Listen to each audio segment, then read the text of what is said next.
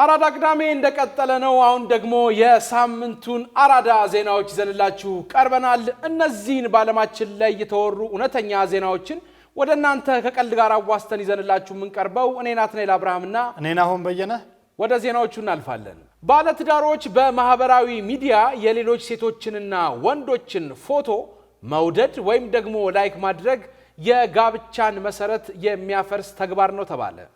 ለስከሰስ እንግዲህ የኔ ነው እንግዲህ ታው አሁን አንተ ሼሩላ ታረጋለህ ሪፖስት ከላይክ ውጪ ያስተራወቀን ሪፖስት ማድረግ ሊከለከል አይ እነሱ አይነት እንኳን አይደለም። ግን እንግዲህ እነዚህ በቱርክ ነው ባይዘው የመጣው ሐሳብ በቱርክ ውስጥ ነው በቅርቡ የተሰጠው እንግዲህ አንድ ፍርድ ቤት ውሳኔ ነው። ምንድነው በማህበራዊ ሚዲያ ላይ በሚፈጸሙ እነዚህ ድርጊቶች በፍቺ ክሶች ውስጥ ከፍተኛ የህግ ተጽዕኖ ሊያሳድሩ እንደሚችሉ የሚያሳይ ታሪካዊ ምዕራፍ ነው ተብሏል። በጣም ያው ጫና ይኖራል። እንግዲህ ካይሰሪ ከተማ የመጣች አንዲት ሴት ነች። ባሏ በማህበራዊ ሚዲያ ላይ ሌሎች ሴቶችን ፎቶ በተደጋጋሚ ላይክ በማድረጉ የጋብቻችንን ክብር የሚያጎድፍና መተማመንን የሚጎዳ መሆኑን በመግለጽ ባሏን ከሰሰችው። በጣም ብዙ ሴት ነው ላይክ ያስበው እንግዲህ አሁን ለዳኛ ራሱ እንዳለ ኤፍዋይፒ ሴት ነው፣ ሪፖስት የሚያደርገው ሴት ነው፣ ኮፒ ሊንክ የሚያደርገው ለሴት ነው እና ሞራል ይነካል ሴትዮ ያለችው ማለት ለሚስት ይከብዳል እኮ ግን ለወንድም እኮ ያው ነው። ሚስት እየገባች የሆነን ሰው ይሄ ፎቶዎች ብታረግ ወይ አታገቢው ምናምን ነው የሚደብረው። ደግሞ የሱ ኤፍዋይፒ ላይ የሚስቱ ፎቶ አይመጣም እኮ አይመጣም፣ የሌሎችን ነው የሚመጣው። ከዛ ደግሞ የሆኑ ዘፈኖች እኮ ራሱ ሲመጣ ይለዩታል እኮ ሴቶቹ ከወገበታች ያለ እንቅስቃሴ ሲሆን ድንድን ሲል ያየ ስታያለች። እንግዲህ ፍርድ ቤቱ የባለቤቱን የኦንላይን እንቅስቃሴ መረመረና ሚስቱ ያቀረበችውን ክስ ተቀበለ። ፍርድ ቤቱ ራሱ አንተ እውነትም እንዴ አንተ ትገርማለህ እና ዳኞችም እንግዲህ ባልየው በትዳሩ መፍረስ ላይ ከባድ ጥፋተኛ መሆኑን በመወሰን ለሚስቱ ካሳ እና የፍቺ ቀለብ እንዲከፍል ትዕዛዝ አስተላልፏል። እኔ እንደውም ካሳው ይመስለኝ የሷን እየገባ ላይክ አድርገ ላይክ የሷን በደንብ አድርገ ታዲያ በገንዘብ ምናምን ካሳም ትከፍላለህ ተባለ። ዳኞቹ እንግዲህ ፎቶ ላይክ ማድረግ በቀጥታ የመተኛት ድርጊት አይነት ባይሆንም በትዳር ውስጥ ግን ያለውን ስነ ልቦናዊ መተማመን የሚያዳክምና የጋብቻውን መረጋጋት የሚያናጋ ተግባር እንደሆነ ተገልጿል። በልቦና ተኝታል ባይዘበይ እንደገና በተቃራኒ ደግሞ እሷን ፖስት ብታረግ ሌላ ሰው ላይክ እንደሚያረጋት ማሰብ ይፈልጋል። ያንን ማሰብ ይፈልጋልና አጥበቃችሁ ብትይዙ አሪፍ ነው። አይ ልክ ነህ እኮ ለምሳሌ ሚስቱ ባሏ አብሯት ፈልጋ ከዛ ትኩረት ሲያጣስበው ፖስት ላድርግልህ ብላ በጣም ፌር አይደል። እና ደግሞ ፊልተር አትርሱ። ብዙ ሰው ፊልተር ይጠቀማል። እውነተኛው ላይ ያለውን ላይሆን ይችላል ላይክ እያረጋችሁ ያላችሁ ታለል። እንግዲህ ታሪካዊ ውሳኔ በቱርክ ውስጥ የዲጂታል ባህሪዎች በፍቺ ጉዳዮች ላይ ከባድ የህግ ውጤት ሊያስከትሉ እንደሚችሉ ያረጋገጠ ሲሆን እንግዲህ ይሄንን የቤተሰብ ህግን በተመለከተ አዲስ አቅጣጫ ጠቋሚ ሆኗል ተብሏል። ካሁን በኋላ ላይክ፣ ሼር፣ ሪፖስት፣ ኮፒ ሊንክ ለተቃራኒ ጾታዎች አይቻልም። ባለትዳሮች አድቡ። ባለትዳር ከሆኑ ነው አይደል? ባለትዳር አንተ አርጋ።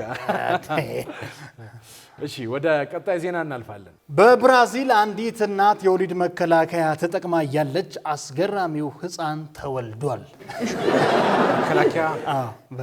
መከላከያ ነው እንግዲህ ተጠቅማ ልጁ ተወለደ ነው የሚለው ዜና። በቃ እንዴትም ብየመጣለሁ አለ። እሺ በብራዚል ጎያስ ግዛት ውስጥ የሚገኝ አንድ ሆስፒታል ለየት ያለ ዓለምን ያስገረመ ክስተት አስተናግዷል።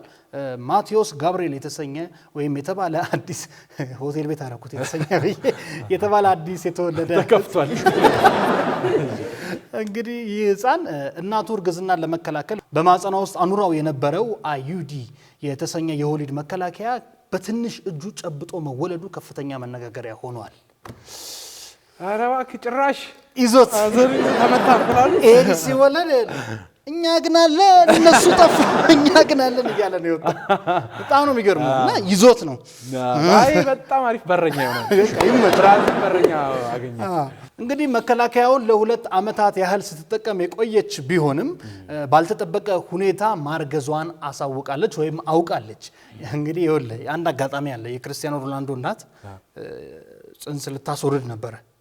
ከዛ ዶክተር ታያላትና ሮናልዶ ተወለደ።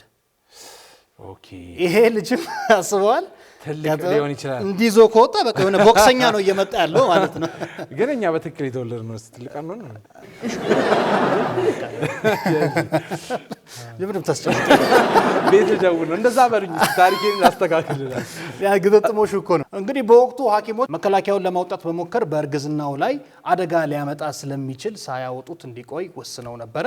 ይሁን እንጂ ህፃኑ ሲወለድ መከላከያውን በእጁ ይዞ መውጣቱ ራስ ይዞ ታውጣ ባለሙያዎችን ጭምር አስገርመዋል። ይሄ በጣም ደስ የሚል ነው። በቃ እናንተ አትልፉ እንዲህ ይዞ ነው እኮ ማያልፉት የለም እያለ ነው እዚያ የያዙ እጅቦም እንዳይጀምር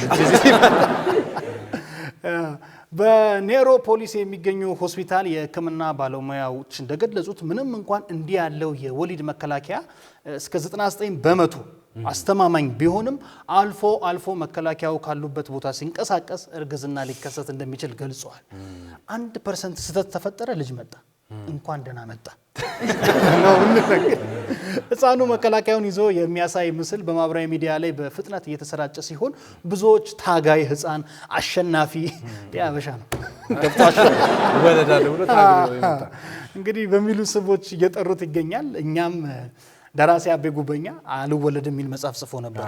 ልጁ በደርግ ጊዜ አልወለድም አለ ማህፀኗ ውስጥና ይሄ ብራዚላዊ እወለዳለሁ ብሎ ይጽፋል ብለን ተስፋ እናደርጋለን። በአሁኑ ወቅት እናትየውና ህፃን ማቴዎስም በጥሩ ጤንነት ላይ እንደሚገኙ ታውቋል። ይህ ክስተት ምንም አይነት የወሊድ መከላከያ 100% አስተማማኝ ላይሆን እንደማይችል ትልቅ ማሳያ መሆኑን የዘርፉ ባለሙያዎች ገልጸዋል።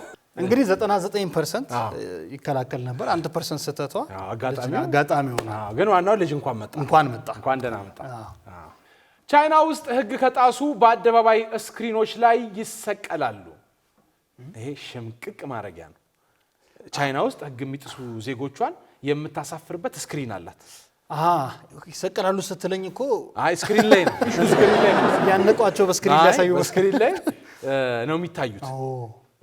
አንዳንድ ጊዜ አሁን ሰዎች ማንንም አላየኝም ብለው ህግ ሲጥሱ ይስተዋላል። አይታጣቅም። ለምሳሌ አሁን ሌሊት ላይ ምናምን መብራት ቀይ በርቶ ምናምን ዞሮ ትራፊክ ከሌለ ያልፋል ሰው። እንግዲህ ይሄንን ምንድነው ታማኝነት ከራስ ነው የሚጀምረው ለማለት ነው። እና ቻይና እንግዲህ ዜጎቿ ህግ ሲጥሱ የሚያሳዩ ተንቀሳቃሽ ቪዲዮዎችን ሼም ስክሪን በተባለው የአደባባይ ስክሪኖች ላይ በማሰራጨት የምታጋልጥበት ስርዓት ተግባራዊ ማድረግ እንግዲህ ጀምራለች ተብሏል። ማንም በሌለበት ያደረከው ነው ሰው አላየኝም ብለ እንዲህ ስላም ብዙ ነገር ሳይመጣል እንደዚህ አይነቱን አይደለም። እንደዚህ ይሄ አሁን ስልክ ስትሰርቅ ሊሆን ይችላል፣ ጥፋቶች ስታጠፋ ያሉት አይነት አላቸው። አሁን ስክሪኑ በከተማዎች ከተገጠሙ በርካታ ካሜራዎች ነው አንደኛ የተቀረጹ ምስሎች በመሰብሰብ ሲሲቲቪ ያዛቸው ነው እንደሱ አይነት ከዛ የፊት ገጽታውን ደግሞ ለይቶ የሚያሳውቅ ሰው ሰራሽ ኤአይን በመጠቀም ከመንግስት ዳታቤዝ የግለሰቡን ማንነት መታወቂያ ቁጥር በሙሉ በመጠቀም የግለሰቡን ማንነት ይፋ ነው የሚያደርጉት። የተወለደበትን ቦታ ሁሉ ምናምን አውጥተው ነው እንግዲህ አደባባይ ላይ የሚያስቀምጡት። እነዚህ ግዙፍ ስክሪኖች በትላልቅ መንገዶች የምትሰቀልበት ቦታ ቤተሰብን እንዲያይ አድርገው በባስ ማቆሚያዎች፣ በገበያ ማዕከል፣ ሲኒማ ቤትን ጨምሮ ነው የሚለው ህዝብ ሲኒማ ቤት ሲገቡና ያክስትሽ ልጅ ተባለ እና ዋናዎቹ የተባሉት ምንድነው? የትራፊክ መብራት ጥሰው የሚያሽከረክሩ አንድ፣ ከዛ የእግረኛ መብራት ሳይበራ የሚሻገሩ እግረኞች፣ እንዲሁም ይሄ ለየት ያለው እዳቸውን በወቅቱ ያልከፈሉ ግለሰቦች ይላል። ሲኒማ ቤት እያየፊን ዞር ስትል እዳውን ረስተ ነው መስካ እዳ የማይከፍለው ሰው ትንሽ የሚያሳዝነው ይሄ ፍቅረኛውን እየጋበዘ ስክሪን ሲመጣ አንተ ነህ ስትለው በዱቤ ነው እንግዲህ በእነዚህ ስክሪኖች ምስላቸው የሚለጠፉ ግለሰቦች ከዚህ ባለፈ የተለያዩ ቅጣቶችም ይጠብቋቸዋል ተብሏል። በዚህ ብቻ አይደለም ያሉት። ለምሳሌ ከመንግስት የብድር አገልግሎት ተጠቃሚነት መከልከል፣ ማንም አያበድርም አንተ በዕዳ ታውቃል፣ የማህበራዊ አገልግሎቶች ላይ እንዳይገኙ እገዳና መሰል ቅጣቶች ይተላለፍባቸዋል ነው የተባለው። ጉዳዩ አንዳንድ ሰዎች ላይ ቅሬታ ቢያስነሳም ግን ህግ የሚጥሱ ሰዎች መደበቂያ እንደሌላቸው ለማሳየት ከዛም ደግሞ ተግባራቸው ሌሎች እንዲማሩ በማሰብ ነው ያረኩት ብላለች ቻይና። እዚህ እኮ ተደርጓል አይደል? ተማሪዎች ከባንክ ኤቲኤም ሰርቀው ፎቶቸው በባነር ነው የተሰቀለው በባነር። ከዛ ደግሞ ከፋሲል አይለምደኝም። እሺ ወደ ቀጣይ ዜና እናልፋለን። በአመት $80,000 የሚያስገኘው የጃፓናዊው የኪራይ ጓደኛ ሙያ የሰው ልጅ የቅርብ ትስስር ፍላጎት በዘመናዊ የጃፓን ማህበረሰብ ውስጥ ያልተጠበቀ የንግድ ስራ መፍጠሩ ተዘገበ ነው።